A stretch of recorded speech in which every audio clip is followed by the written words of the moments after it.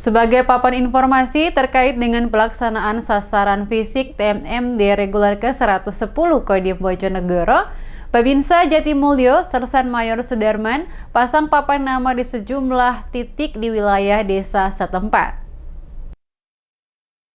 Sarana informasi terkait dengan kegiatan sasaran fisik program TMMD reguler ke-110 Kodim 0813 Bojonegoro, Babinsa Jatimulyo, Sersan Mayor Sudarman mulai pasang papan nama di sejumlah titik yang telah dipersiapkan. Di wilayah desa Jatimulyo sendiri terdapat 10 rumah warga yang akan menerima program Aladdin. Selanjutnya akses jalan juga akan dilakukan pengaspalan. Selanjutnya, perbaikan satu titik drainase serta satu titik berikutnya kegiatan normalisasi sungai. Lokasi tersebut oleh Sersan Mayor Sudarman diberikan papan nama kegiatan.